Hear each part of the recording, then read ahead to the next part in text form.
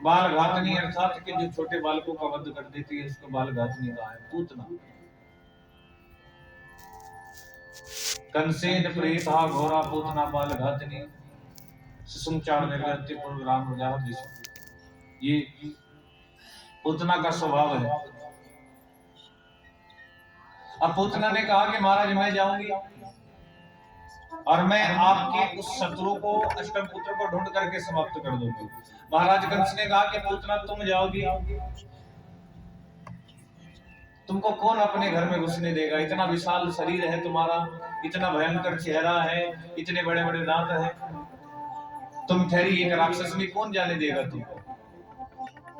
कैसे ढूंढोगी उसको? कोई जाने देगा तुमको? अब पूतना ने कहा कि महाराज मैं ऐसे थोड़े ना जाऊंगी, मैं अपने स्वरूप को बदल करके जाऊंगी, सुंदर सा अच्छा सा मेकअप करके जाऊंगी ताकि कोई मुझको पहचान ना सके। क्योंकि एक बड़ी समझने वाली बात है कि आजकल शरीर को सजाने के लिए जो मेकअप किया जाता है कि भैया कुछ यदि अगर कमी भी रह जाती है ना तो मेकअप करने से क्या होता है, अपने आप को सही हो जाती है। अब पूतना ने भी कहा कि मैं भी अपना स्वरूप बदल करके जाऊंगी, और पूतना ने भी सुंदर श्रृंगार किया, क्योंकि श्रृंगार करने के लिए भी जाते हैं ना, कहां पर जाते हैं, कहां जाते हैं? ब्यूटी पार्लर जाते हैं। वहां पर क्या होता है? श्रृंगार होता है। और ध्यान रखना ये कथा भी आपकी एक ब्यूटी पार्लर ही है, क्योंकि वहां पर जाते हो वहां पर तन सुंदर होता है, यहाँ पर आते हो तो यहाँ पर मन सुंदर होता है। वहां पर तन का श्रृंगार होता है, यहाँ पर मन का श्रृंगार होता है। क्योंकि जरूरी नहीं कि सिर्फ तन का सुंदर श्रृंगार ही हो, तन से ज्यादा जरूरी है किसका? मन का श्रृंगार। बाहर से कितनी अच्छी श्रृंगार कर ले, बाहर से कितनी सुंदरता हो, यदि अगर मन सुंदर नहीं है तो समझ लेना कि उस सुंदरता का भी कोई लाभ नहीं है। तो तन के साथ मन भी सुंदर बनाना जरूरी है। अब पूतना ने भी अपना सुंदर श्रृंगार किया, अपने स्वरूप को बदला, अपने पैर भर पर विष लगाया और विष लगा करके सोचने लगी कि थोड़ा सा विष पिलाऊंगी, 2 बूंद इसके मुख में जाएगी और ये समाप्त हो जाएगी। अब पूतना चलने लगी आकाश मार्ग से, आकाश मार्ग से चली जा रही थी पूतना, और जो भी छोटा बालक दिखाई दे उसी का वध करते हुए चली जा रही थी। नंद भवन की ओर इसने देखा कि खूब नंद उत्सव मनाया जा रहा था, सभी उत्सव मना रहे थे, गुलाल आदि उड़ा रहे थे, खूब आनंद मनाया जा रहा था, खुशियां मना रहे थे, झूम रहे थे, नाच रहे थे, गा रहे थे, खुशी मनाते हुए समस्त ब्रिजवासी। अब यहाँ पर समझने वाली बात है, जो ब्रिजवासी नंद उत्सव मना रहे थे, खुशी मना रहे थे, अर्थात भगवान के भजन गा रहे थे, बधाई गा रहे थे, भगवान का सुमिरन कर रहे थे, प्रभु के भजन गा रहे थे, उनका ध्यान किसकी ओर था? भगवान की ओर। लेकिन पूतना इतना सुंदर श्रृंगार करके आई कि आज जो भगवान के नाम में झूम रहे थे, नाच रहे थे, आज पूतना को देख करके सब रुक गए, अर्थात कि उनका ध्यान भगवान की ओर से हट करके किसकी ओर चला गया? पूतना की ओर। जिनका ध्यान भगवान की ओर था उनका ध्यान किसकी ओर पहुंच गया?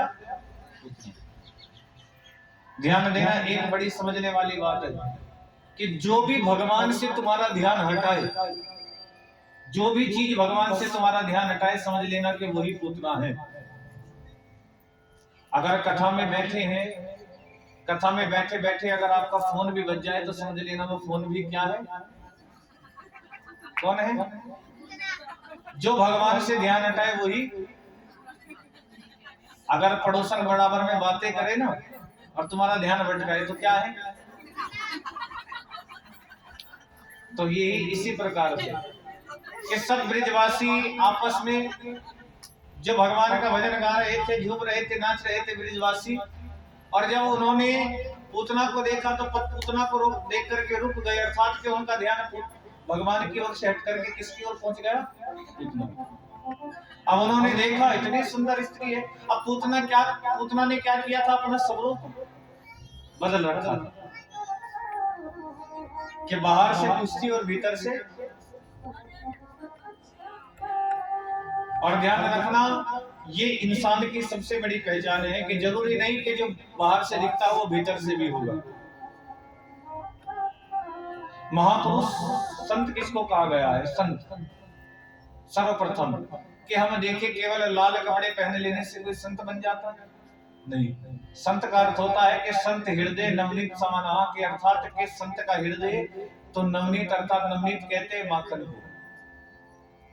संत हृदय नवनीत समाना के अर्थात के संत का जो हृदय है वो माखन की तरह कोमल होना चाहिए, कि जिसका हृदय उस माखन की तरह कोमल है वही संत है, चाहे वो गृहस्थ में ही क्यों ना रहता हो,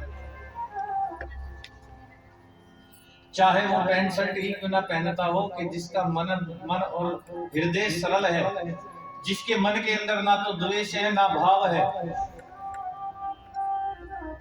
वही संत है।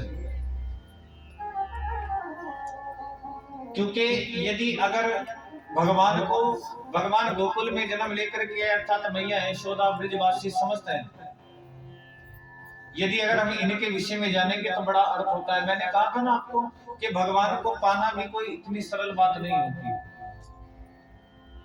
भगवान को पाने के लिए पहले तो इंद्रियों को जीतना पड़ता है, और 5 शत्रुओं को जीतना पड़ता है, मन को जीतना पड़ता है, उसके बाद जाकर के परमात्मा की प्राप्ति होती है। लेकिन इंद्रियों को जीतना हमारे बस की बात नहीं। क्यों? इंद्रिया अर्थात के देखो, ये इंद्रिया जो होती है ना अपनी ओर खींचती है, इंद्रिया अपनी ओर आकर्षित करती है, और इंद्रिया जब अपनी ओर खींचती है तो ये मन भटकता है। अर्थात के आपकी आंखें हैं, कोई चीज अच्छी लगती है तो आंखें क्या कहती है कि मुझको इसको बार बार देखना। क्या कहती है? कोई चीज अच्छी लग जाए, आंखें चाहती है कि इसमें सुंदरता दिखाई दे।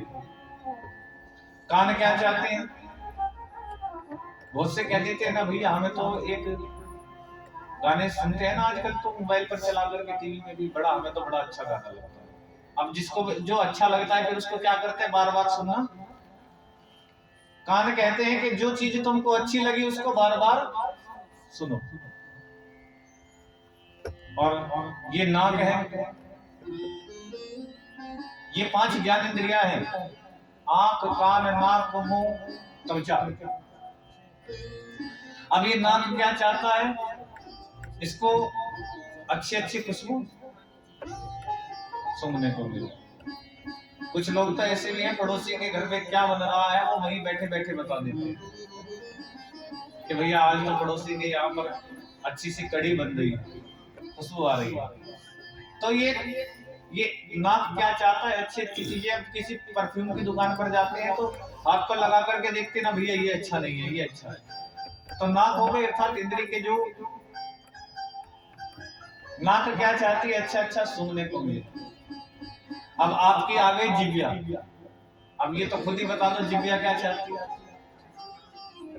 इतना तो पता होगा जीभ क्या चाहती है? क्या खाना है भैया? आज तो जीभ चाहती है स्वाद मिले, भैया आज तो हमें ये खाना है, आज तो हमें वो खाना। वहां गए थे, वहां की इतनी अच्छी चाट थी, बस क्या बताएं आपको, है ना? बस कहते हैं ना, किसी चीज को सोच करके अच्छी लगती है। जीभ क्या चाहती है? क्या मिले? स्वाद। अब लास्ट में क्या बची? त्वचा। त्वचा क्या चाहती है? कि इसका श्रृंगार हो, ये सुंदर दिखाई दे। त्वचा सुंदरता चाहती है। तो ये 5 इंद्रियां कुछ ना कुछ चाहती हैं, और जब ये कुछ ना कुछ चाहती है तो मन उन चीजों की ओर भागता है, और जब मन उन चीजों की ओर भागता है तो क्या होता है कि फिर मन भटकता है। तो इंद्रियां ही मन को भटकाने का कारण है। इंद्रियों को, अब किसी ने पूछा कि महाराज इंद्रियों को वश में कैसे करें? क्योंकि ये जीभ भी स्वाद जो मांगती है ना, इस जीभ को भी कैसे वश में किया? भैया मेरा तो एक ही मानना है कि अगर जीभ कहे ना कि आज मटर पनीर खाना है तो उसको करेला बना करके खिला देना, अपने आप बस में आ जाएगा।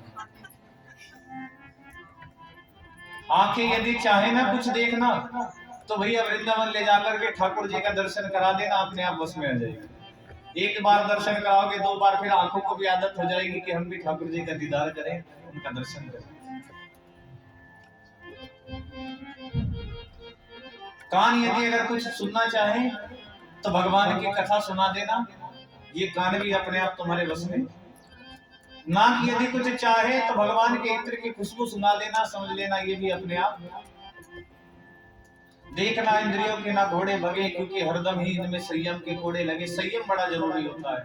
और जब इंद्रियां पांचों वश में आ जाती है, काम क्रोध लोभ मोह अहंकार इन पांचों से दूर हो जाते हो, और जब जाकर के तुम्हारा मन वश में आता है, और मन वश में आता है, तब परमात्मा की प्राप्ति होती है। बोले माधुरी बिहारी लाल की। क्योंकि एक चीज को बार बार करते हैं ना, तो उसकी मैंने बताया था ना आदत हो जाती है। अभी देखो आप बैठे हो ऐसे पलोथी मार करके बैठे, और पलोथी मार करके बैठना, अब क्या होता है कि 10 मिनट बाद तुम्हारे घुटनों में दर्द होना क्या हो जाता है शुरू। लेकिन कुछ लोग ऐसे भी हैं जो पूरे पूरे दिन बैठे रहते हैं, जिनको कुछ नहीं होता। हम भी 3-4 घंटे बैठे रहते। क्यों? क्योंकि एक जो अब आप ये होता है आदत बन जाती है। अर्थात ये जो पांव है, ये कौन है? ये कर्म इंद्रिय।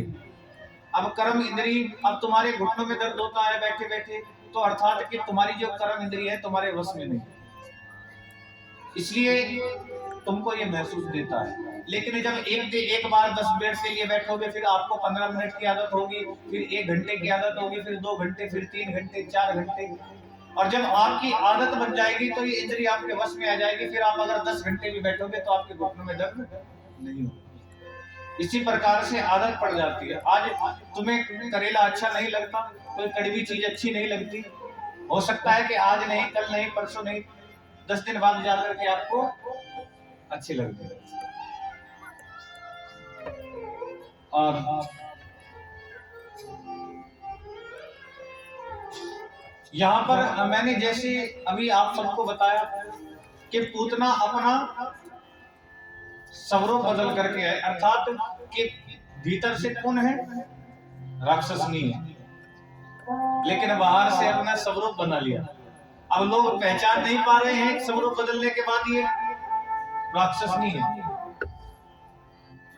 ये राक्षसनी है, नहीं पहचान पा रहे हैं क्योंकि पूतना ने स्वरूप बदला। अब इसी प्रकार से कि किसी के पहनने से या किसी के रहने से ये नहीं पता लगाया जा सकता कि वो भीतर से कैसे। लेकिन भागवत में इसका भी समाधान दिया है। भागवत में ये भी दिया है कि हम किसी व्यक्ति की पहचान कैसे करें। 3 चीजें बताई हैं भागवत में। नेत्रम वक्तम विकारेणम। नेत्रम, नेत्रम का अर्थात क्या है? नेत्र, आंखें। इन आंखों से इंसान की पहचान हो जाती है कि वो देखता कैसे है, किस प्रकार से देखता है, उसके नेत्रों में गंभीरता है, उसके नेत्रों में चपलता है। ये नेत्रों से व्यक्ति की पहचान हो जाती है। कहते हैं ना कुछ लोग, हम तो भैया आंखें देख करके बता देते हैं किस प्रकार का व्यक्ति। किससे पहचान होती है? आंखों से। पहला है नेत्रम, दूसरा है वक्तम। वक्तम क्या होता है? वक्तम कहते हैं बोलना, वाणी, अर्थात कि इस वाणी से भी इंसान की पहचान होती है। बोलता कैसे है, किस प्रकार से बोलता है। कटु वचन बोलता है, आजकल कटु वचन ज्यादा बोलते हैं वाणी से। कोई देख ले, जरा सा पड़ोसी कुछ कह दे या कोई भी कुछ कह दे तो भैया तेरे से क्या कम है, तुरंत लड़ना शुरू कर देगा। कटु वचन बोलना। और देखो, वाणी से कभी किसी को कटु वचन नहीं बोलने चाहिए। किसी को तलवार लेकर के जख्म दे दोगे, वो जख्म भर जाएगा, लेकिन वाणी से दिया हुआ जो जख्म होगा, समझ लेना जीवन भर नहीं भरेगा। क्यों? क्योंकि ये वाणी होती है कि इसको कटु वचन। वाणी जो शब्द होते हैं, और ये ध्यान रखना, ये शब्द कभी नहीं मिटते। जो आपने बोल दिया वो कभी नहीं मिटता। शब्द होते हैं, किसी को कह देते हैं, किसी के दिल पर लग जाती है, तो हमेशा उसको याद रखते हैं कि इस भैया इसने हमको ये शब्द कहा। कटु वचन कभी मत बोलो। और हम एक बड़े अच्छे संत थे, उन संत की विशेषता क्या थी कि वो जब बोला करते थे तो उनकी वाणी में इतनी मिठास थी कि जो भी उनकी वाणी सुनता था केवल उनके सामने हाथ जोड़ करके खड़ा हो जाता था। अगर अपनी वाणी से कृष्ण गोपाल भी कह दिया तो वो भी इतना मधुर, इतना प्यारा लगता था कि व्यक्ति उन संतों के चरणों में गिर जाया करता था। इतनी सुंदर उनकी वाणी थी। किस प्रकार से पूरे विश्व का भ्रमण किया उन्होंने। कोई ऐसा देश नहीं है जिस देश में वो ना गए हों, और जिस भी देश में गए केवल वाणी के द्वारा उस वहां पर जाकर के भारतीय संस्कृति का प्रचार उन्होंने किया। उसी देश में जाकर के भारतीय संस्कृति का। और जिनकी मैं बात बता रहा हूँ ना, आपके पास फोन होगा ना, फोन है, फोन के अंदर आजकल एक ऐसी चीज है उस पर जो भी डालो सब निकल करके आ जाता है ना। नहीं विश्वास आता तो मैं बताता हूँ आपको, फोन पर कभी स्वामी रामातीर्थ जी सर्च करके देखना, यदि अगर आपने पढ़ा भी हो। स्वामी रामातीर्थ जी ऐसे संत थे, एक जोड़ी वस्त्र में, एक जोड़ी चप्पल में पूरे विश्व का भ्रमण किया। जापान गए तो जापान में जाकर के उनकी भाषा तो सीखी नहीं, लेकिन अपनी भारतीय संस्कृति उनको सिखा दी। एक मैं पढ़ रहा था तो मैंने एक बार उनके विषय में पढ़ा, तो स्वामी रामातीर्थ जी एक बार अमेरिका पहुंचे पानी के जहाज से। अमेरिका के अंदर एक जगह पड़ती है जिसका नाम है सन फ्रांसिस्को। और जब सन फ्रांसिस्को में पहुंचे स्वामी रामातीर्थ जी, पानी के जहाज से उतरे तो वहां पर कुछ अंग्रेज खड़े हुए थे। अब अंग्रेजों ने स्वामी रामातीर्थ जी, संत चोला पहना हुआ था, संतों की तो पहचान दूर से ही हो जाती है उनके कपड़ों से। अब उन अंग्रेजों ने देख करके कहा, एक अंग्रेज ने कहा कि आप कहां से आए हो, भारत से आए हो? स्वामी रामातीर्थ जी ने कहा कि हाँ मैं भारत से आया हूं। अब इतना पूछने के बाद वो व्यक्ति स्वामी रामातीर्थ जी को देख करके वो अंग्रेज हंसने लगा। अब वो जैसे स्वामी रामातीर्थ जी को देख करके हंसने लगा, स्वामी रामातीर्थ जी भी हल्के से मुस्कुराए। तो उस अंग्रेज ने पूछा कि यहाँ पर किसके यहाँ पर रहोगे, कौन है तुम्हारा यहाँ, कोई है जिसके पास रहोगे या ऐसे ही आ गए? स्वामी रामातीर्थ जी ने उसके सर पर हाथ रख करके कहा कि तू है तो मेरा, और जब तू मेरा है तो मुझे कहाँ जाने की आवश्यकता है। जब उसके सर पर हाथ रख करके इतना कहा कि तू है तो मेरा, और वही व्यक्ति स्वामी रामातीर्थ जी को अपने घर पर लेकर के चला गया और 6 महीने उसके घर पर रह करके भारतीय संस्कृति का प्रचार वहां पर उन्होंने किया। किसके लिए? एक वाणी, अर्थात के कटु वचन। जितनी वाणी आपकी मधुर होगी उतनी ध्यान रखना आपके शत्रु नहीं बनेंगे, उतने ही मित्र बनेंगे। मित्र बनते हैं वाणी से, शत्रु नहीं बनते। शत्रु बनता है किसी को कटु वचन बोलोगे तो वो तुम्हारा शत्रु बन जाएगा। पहला अभी आपने श्रवण किया था, आपको बताया था ना क्या होगा, नेत्रम। दूसरा वक्तम, बोलना। तीसरा विकारेणम। विकारेणम अर्थात कि तुम्हारी, अगर आपको आपकी भाषा में समझाया जाए, जिसको बोलते हैं बॉडी लैंग्वेज, अर्थात चलना, बैठना, उठना, रहना, सहना, इन सब चीजों से भी व्यक्ति की पहचान होती है कि चलता कैसे है, बोलता कैसे है, बैठता कैसे है। तो ये तीन विषय जो हैं, ये 3 विषय हैं कि जिनसे व्यक्ति की पहचान होती है। और पोतना जब मैया के कक्ष की ओर गई तो मैया ने भी देखा, आज मैया भी देख करके पहचान नहीं पाई, इतना सुंदर स्वरूप बना रखा था। मैया ने पूछा, आओ बहन कैसे आना हुआ? पोतना ने कहा, सो लाला भयो है, दर्शन करने के लिए आई हूँ। हाँ आखिर आप सबकी कृपा से ही तो लाला भयो, खूब आशीर्वाद दे करके जाना मेरे लाला। और जब इस बात को कहा, इस सब आशीर्वाद दे करके मेरे लाला को जाना, और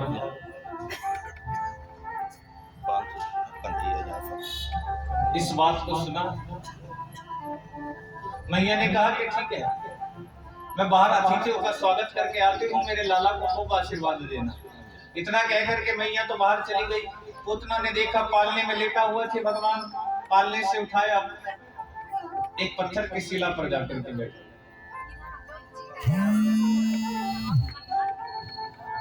और जब देखा, भगवान ने पूतना को देखते के साथ ही अपने नेत्रों को बंद कर लिया। अब परीक्षित ने सुखदेव जी से पूछा, कहा कि ये बताओ भगवान ने पूतना को देख करके अपने नेत्र बंद क्यों किए?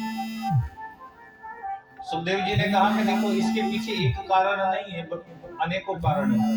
भगवान ने पूतना को देख करके इसलिए नेत्र भी बंद किए होंगे, भगवान सोच रहे